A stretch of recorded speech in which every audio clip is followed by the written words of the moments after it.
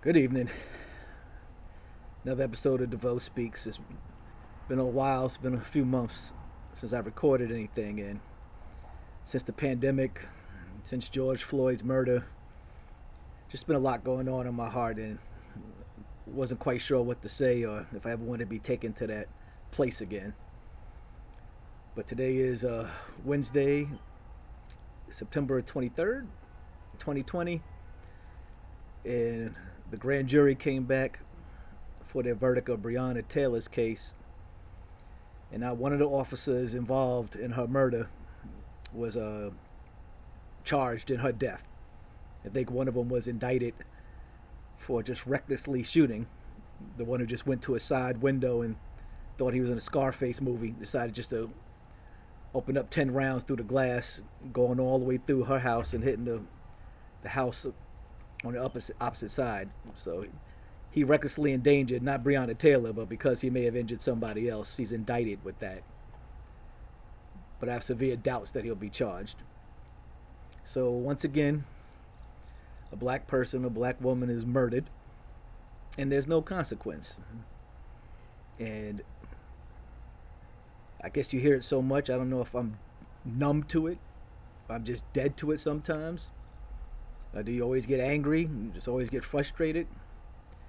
And just listening to it on the radio after work, I said, I gotta say something today.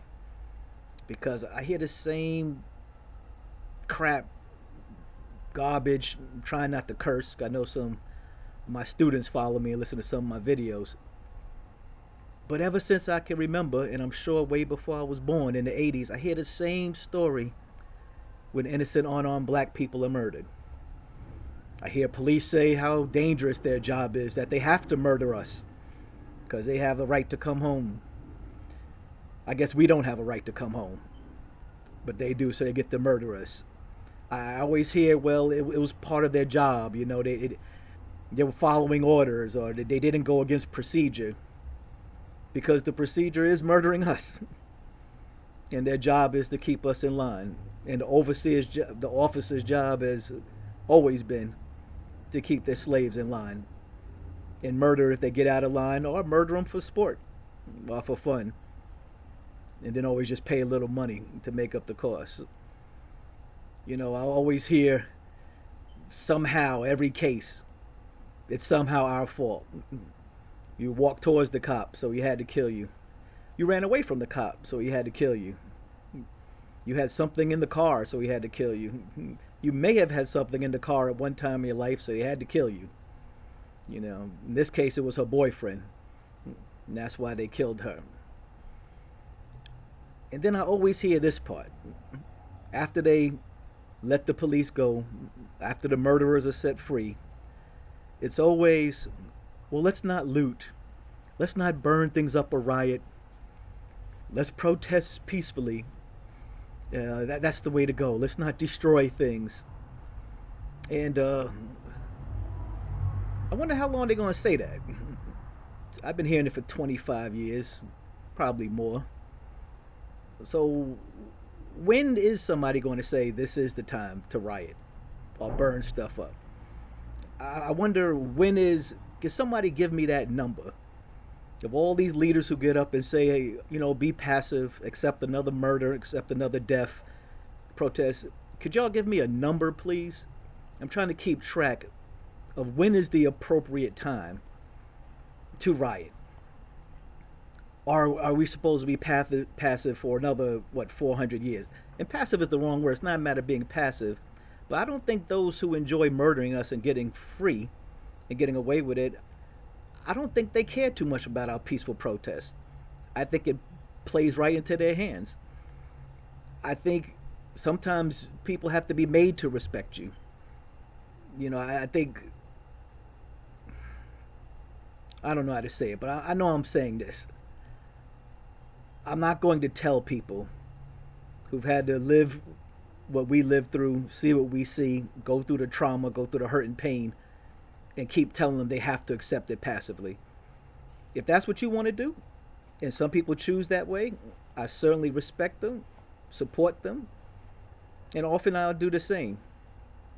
But I can no longer look young people in the face and tell them, oh, you shouldn't riot or burn things down or destroy things, because we got to drive the point home. There needs. Let's go to history. You know why there was a Cold War? We studied that back when I was young. I don't know if they teach students that. And Russia had nuclear bombs. America has nuclear bombs. And you know why there wasn't a nuclear war? They call it mutual annihilation. You had to respect each other because you knew if you did something to one, something was going to be done to you. And unfortunately, some people only respect that. If I had a message to young people or black people today, I hear they always talk about the forefathers of this country and these great men, George Washington, Thomas Jefferson, all these people, the signers of the Declaration of Independence, Hamilton, Ben Franklin, all these. I would want black people to be patriots, and I would want them to do just what the founding fathers of this great country do. I would like them to respond the way George Washington would respond if some redcoats, if some British soldiers had murdered his daughter. That's what I want black people to do. With the first president of this country, General George Washington, I want to know what his response was. I want to know what these great heroes of America who made this great society, who had a Boston Tea Party, who decided to destroy property and riot out of taxation without representation.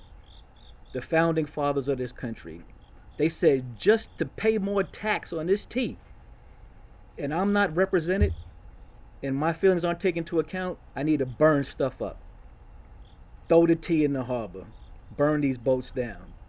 Those were the people who we were taught to were heroes of this country.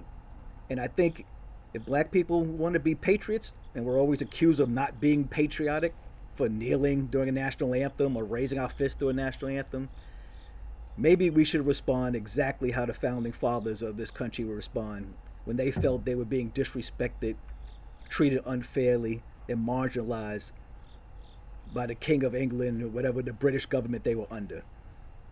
What would they do? And then no one should argue or complain if we do the same. Enough is enough. It's another Talk of DeVeaux Speaks. I'll talk to you again tomorrow. I have no more to say.